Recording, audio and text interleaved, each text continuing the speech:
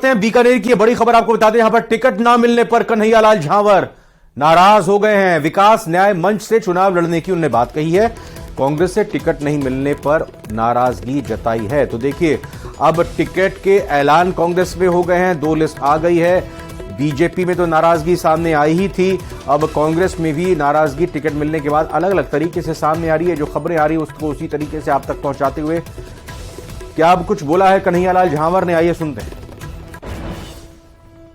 कन्हैयालाल झांवर लोकहा विधानसभा क्षेत्र से विकास मंच से ही चुनाव लड़ रहा हूं।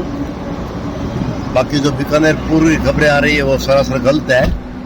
कन्हैयालाल झांवर लोकहा विधानसभा क्षेत्र से विकास मंच से ही चुनाव लड़ रहा हूं।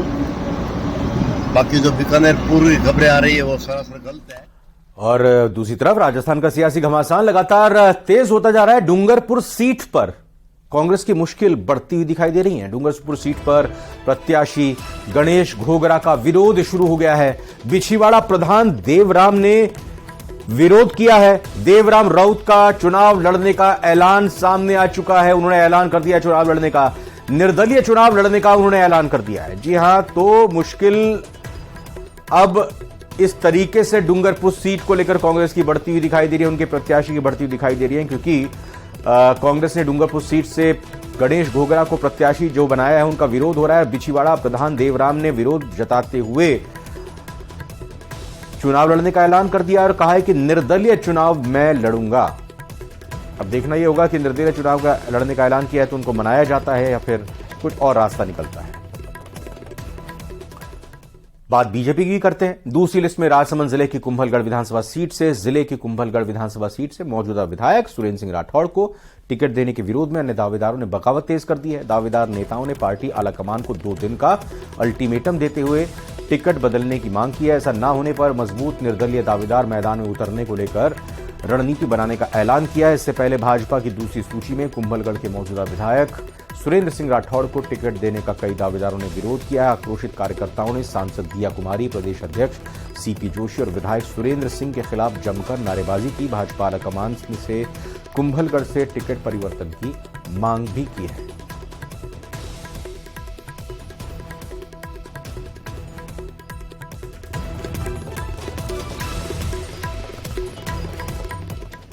प्रदेश नेतृत्व और जो भी इस बार जो कार्य कर रहा है वो कांग्रेस के पक्ष में कार्य कर रहा है, न कि भाजपा के पक्ष में कार्य कर रहा है। सभी विधानसभा की उन्होंने खटिया खड़ी कर दी है, सभी जगह विरोधाभास हो रहे हैं। मेरा ये मानना है कि जो भी ये निर्णय करने वाले हैं, इन्होंने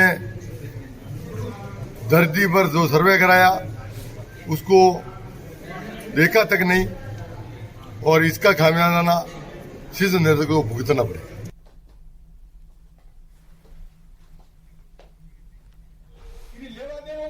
तो आपने सुना, यहां पर बीजेपी की जो दूसरी लिस्ट जारी हुई है, राजसमंद जिले की कुंभलगढ़ विधानसभा सीट से मौजूदा विधायक सुरेंद्र सिंह राठौड़ को टिकट देने के विरोध में जो बाकी दावेदार हैं उन्होंने बगावत तेज कर दी है। दावेदार नेताओं ने पार्टी आलाकमान को 2 दिन का अल्टीमेटम देते हुए टिकट बदलने की मांग की है और ऐसा ना होने पर मजबूत निर्दलीय दावेदार मैदान में उतरने को लेकर भी अपनी रणनीति बनाने का ऐलान कर चुके हैं। इससे पहले भाजपा की दूसरी सूची में कुंभलगढ़ के मौजूदा विधायक सुरेंद्र सिंह राठौड़ को टिकट देने का कई दावेदारों ने विरोध किया था।